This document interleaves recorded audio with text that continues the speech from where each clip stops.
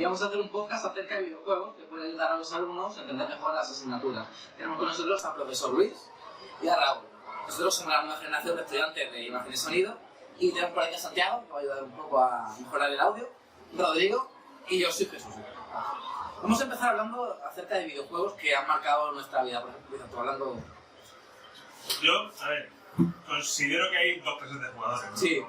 De hecho, desde hace unos 10 años hasta ahora, creo que últimamente se lleva mucho el tema de la partida rápida, ¿no? Sí. De los juegos online. Y luego está el otro tipo de jugador que le gusta el competitivo, ¿no? Tercera persona, le gusta una buena narrativa, sí. Que le gusta la evolución de los personajes, esas cosas. Yo soy de ese tipo. Si tengo que elegir alguno, el Metal Gear Solid, el The Last of Us, soy un fanático de la saga Assassin's Creed. Entonces, ese tipo de juegos. Para ti, ¿cuál sería? Yo también soy ese tipo de jugadores, yo juego principalmente en solitario, multi, como mucho con los amigos, ¿verdad? Para poder perder la cara, cuando le da el conchazo, este tipo de cosas. Y juegos, pues me han marcado dependiendo de la época y de la etapa. Pues por ejemplo, el primero que me marcó mucho, que tendría yo pues 10, 12 años o por ahí, fue Monkey Island, de Legend of Monkey Island, que me voló la cabeza, encima en inglés me llegó, yo no sabía inglés, me puse a aprender un poco.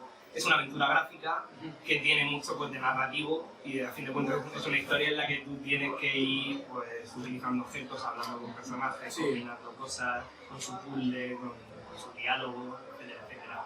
Y luego ya llegó Nintendo 64, Super Mario 64, The Legend of Zelda y también me volaron la cabeza de lo que los juegos de 3 dimensiones, cómo se abren las posibilidades, Baldur's Gate también por esa época, que ha salido la tercera parte también recientemente. Y juegos actuales, pues yo creo que me quedaría con los dos Zelda, los últimos Zelda y con el Baldur's Gate 3, lo más gordo. ¿Y ganó Super Mario 64? Pues no estoy seguro, yo no sé si era después del 94, 95, por ahí. Sí, me suena un poco más adelante, pero 97, 98. 98 fue el Zelda, me parece, así que el Mario tuvo que ser 2 o 3 años antes, creo, por ahí. La primera PlayStation fue en el 95. Fue un poco antes, creo, la Play salió un año o dos antes que el 64, me parece, así sería en los 90, 94. De hecho, en esa época, de lo que decías de la aventura gráfica, en esa época se llevaba muchísimo. Yo creo que el Maniac Mansion de Nintendo, claro, luego ya evolucionaron. Hasta ahora que están los de estudio este francés, no recuerdo cómo se llama, el de Heavy Rain, el Detroit Compute. Quantic. ¿Y para ti, Santiago, cuál ha sido el juego que más te ha marcado? Yo diría que el Geometry Dash, que es un juego muy simple, pero... Complica bastante. ¿Cuál? Geometry Dash. ¿O sea, cuál es? El del cubo ese, mira, en 2010 se hicieron un modo de juego de móvil, ¿no? Y salió uno que es, no te das que va a un cubo, que va por un escenario y va saltando. Tú lo pulsas y salta. Entonces esa premisa tan simple al lado de un montón de cosas geométricas. Creo que lo he visto algún youtuber o algo así, sí. Y está guapísimo porque tiene un montonazo de niveles, tiene una comunidad muy buena porque también crea, a pesar de que el videojuego ya no saca niveles nuevos, la propia comunidad sigue creando y es muy difícil también. Eso es para destrozar mandos, ¿no? Para destrozar el CPU. Sí, claro que sí. Muy guapo. ¿Y para ti, Rodrigo? A mí, yo he jugado mucho juego de historia y mucho de todo. Mira, no sé si conocéis una saga que se llama Star Wars, una saga de estrategia. De oída, sí. Nada más soldados, batalla de estrategia. Pues estos juegos pues, reflejan muy bien la realidad de la época en la que tratan. Por ejemplo, uno es Napoleon War, la época napoleónica, Rusia, Francia, soldados, todos muy bien hechos. Otro juego, también Empire, Star Wars, Roma. En Roma encima recrean muy bien las ciudades, de cada cultura, de cada tipo y encima el nombre de las ciudades. Los Star Wars me han gustado mucho. Recuerdo yo que hace poco, hace unos pocos años, quise introducirme en el terreno del Age of Empires. Creo que fue el 2 el que compré. Sí. Y nada, lo jugué muy poco porque ese tipo de juegos comen muchísimo tiempo, la estrategia. Lleva muchísimo tiempo, pero sí que recuerdo que antes de cada una de las campañas había una explicación súper específica y concreta de cada una de las batallas, de por qué, de qué personaje, a qué héroe tenía que ser en esa batalla, que ellos destacaron, dónde fue, cuándo fue, todo eso. Luego han sacado otros ya más relacionados con Warhammer, creo que también van con esto. Warhammer sí ha hecho incluso colaboraciones con Warhammer, un poco más fantasioso. Luego también otro juego que puedo hablar es un juego famoso que se llama Kerbal Space Program. Es un juego que trata de espacio, donde tú creas las naves, pero literalmente creas los cohetes, pieza por pieza, y tienes que mandarlos a por donde quieras. Orbitar, crear las estaciones espaciales, ir a otros planetas. Sí, pero es pluralista, porque tienes que tener muchas condiciones, ¿no? Viento, la atmósfera, la gravedad, cuánto combustible tienes. O sea, es un juego que si lo sabes hacer, puedes ir a NASA. Es como un simulador de nave. Un simulador, literalmente. Tío, sobre todo. Aún te quitan las matemáticas, pero ya tienes que hacer todo lo demás, prácticamente. Pues para mí el que más me ha marcado sería el Fortnite, la verdad, porque yo no soy un juego y mi madre era como que no le gusta que fuese juego de mayores y mis padres tampoco tienen cultura de eso, así que empecé a jugar juegos tarde. Y yo diría que el Fortnite porque me pegaba una viciada en 2020 y en adelante que era maravilloso. En la pandemia me pasaba todo el día conectado y Yo también, o sea, yo te reconozco que también. la mejor temporada para mí fue la temporada de capítulo. Me la pasé yo de loco, maravilloso. A mí me pido llamar yo el Fortnite, no le tocamos. Yo soy poco de multi. Yo estoy por mis amigos porque se viciaron y me viciaron a mí con ellos. Lo que pasa es que a mí no me gusta mucho construir y me quedé bastante atrás y me empecé a alejar del juego y ya nada más juego Call of Duty Mobile y poco más, juegos de móvil.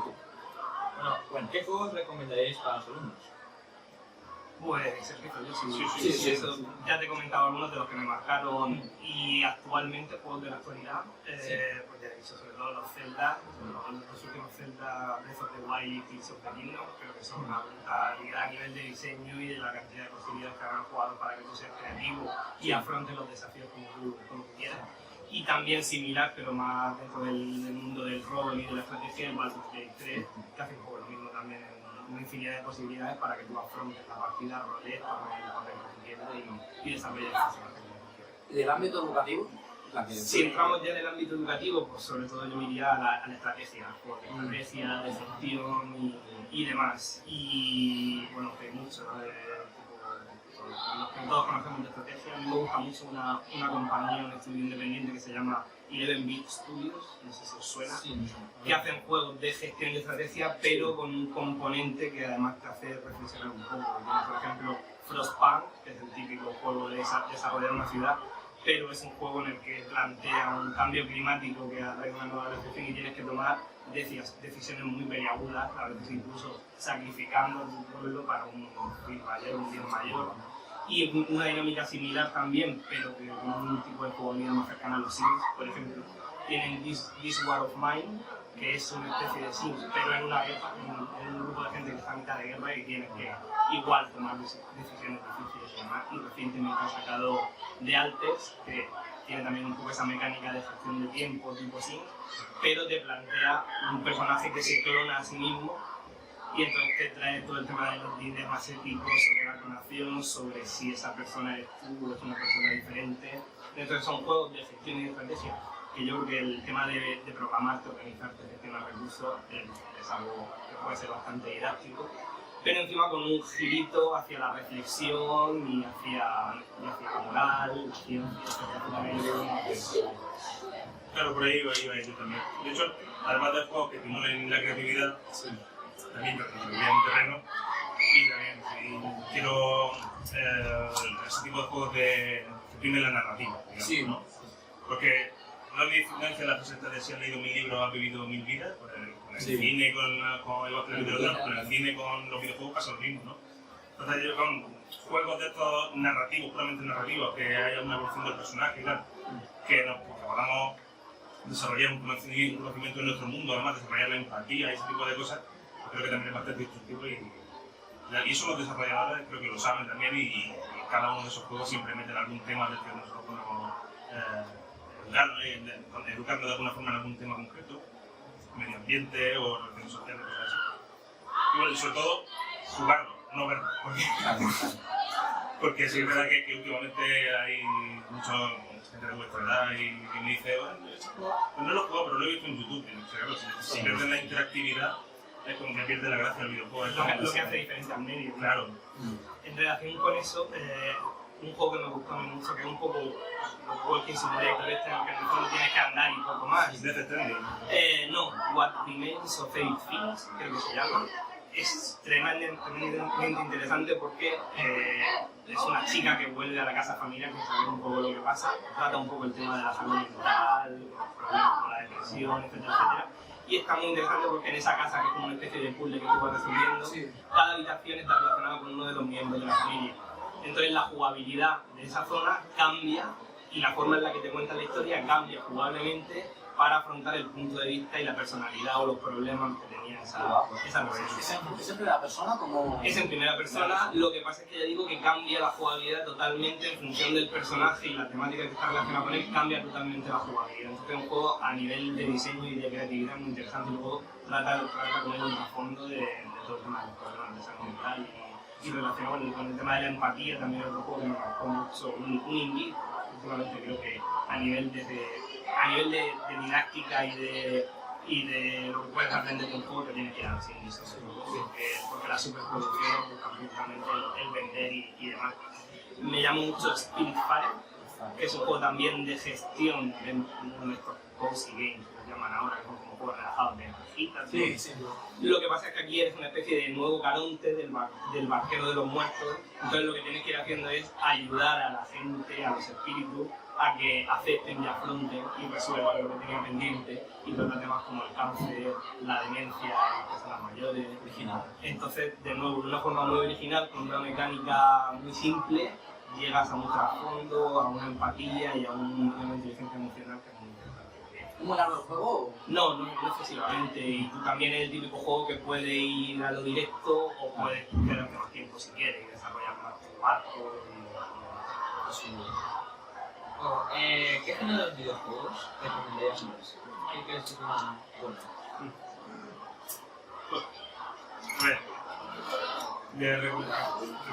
Para aprendizaje. Sí, de lo que hemos estado hablando, sobre todo de las aventuras gráficas, son muy instructivas, porque el hecho de tomar decisiones y que la historia cambie con respecto a las decisiones que estás tomando es bastante educador, creo yo, sobre todo a nivel social, a nivel emocional.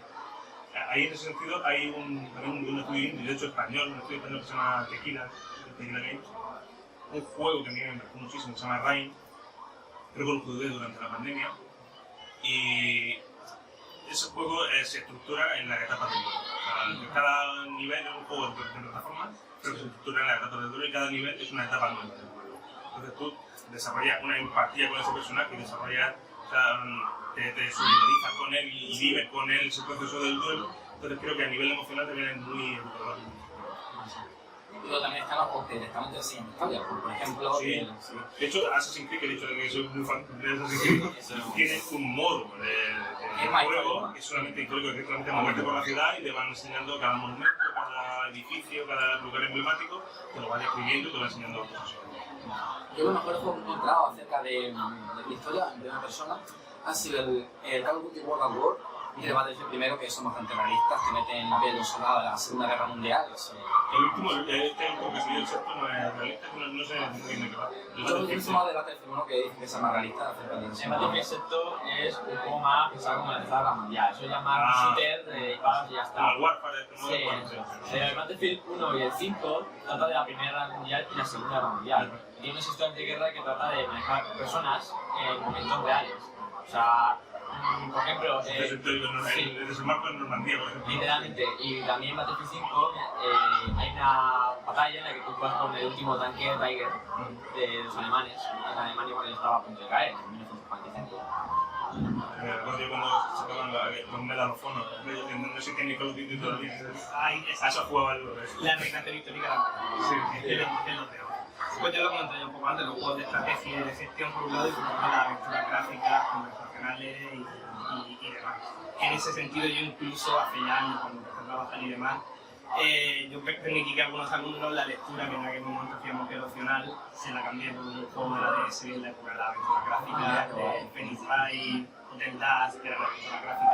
Entonces les dejé esa opción y algunos lo hicieron y lo gustó mucho. Yo incluso llegué a contactar con Nintendo para ver si de alguna forma pueden colaborar con partners para los alumnos, pero que ya cambié de centro, hubo una serie de problemas y ya al final lo dejé, pero llegué a intentarlo. Una iniciativa muy guay esa. Sí.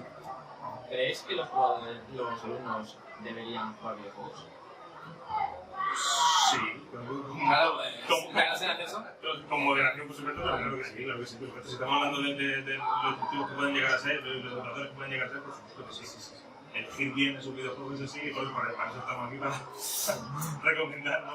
Claro, ese tema yo creo que jugar sí, también ver un poco qué juegos, y en primer lugar por un lado está el sistema PEGI pues, para ver la edad recomendada, y yo desde luego no dejaría que niños jugaran a juegos para mayores de 18, porque seguramente no están preparados. Y luego también en el tema online sí que hay mucha toxicidad, muchos juegos que levantan por muchas pasiones y crean mal rollo y demás, entonces pues, todo eso con moderación. Yo siempre me quedaré con la historia para un jugador y con los juegos para un jugador.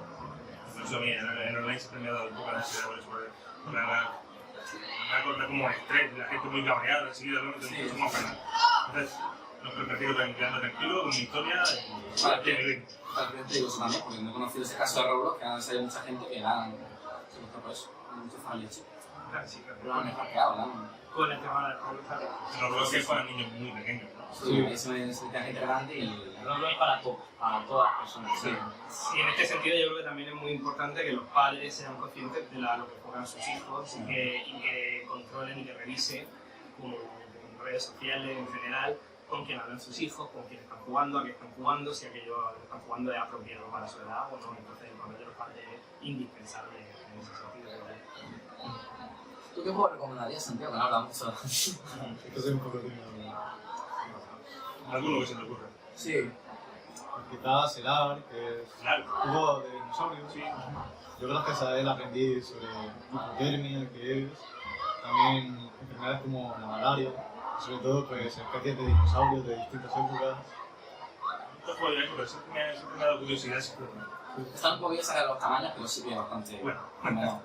Sí, Ya que sí que son realistas. el A es muy recomendable, no sé qué sufrir porque es un juego muy difícil, pero es como Minecraft, ¿sabes?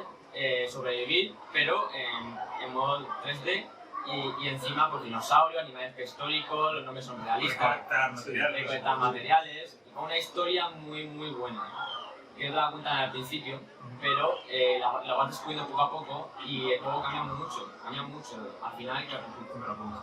Sí. Tenemos sacado Minecraft, que es el juego típico, aprender a hacer estructuras y lo que tú quieras. Y también Como somos de lengua, ya lo hago. Claro. Pues vamos más por la narrativa. Y... ¿Cómo voy a tener? Pues ya hemos terminado, yo creo. Perfecto. Pues ya está, encantado. Ha sido un placer, muchas gracias. Igualmente. Encantado con nosotros para cuando queráis. Perfecto.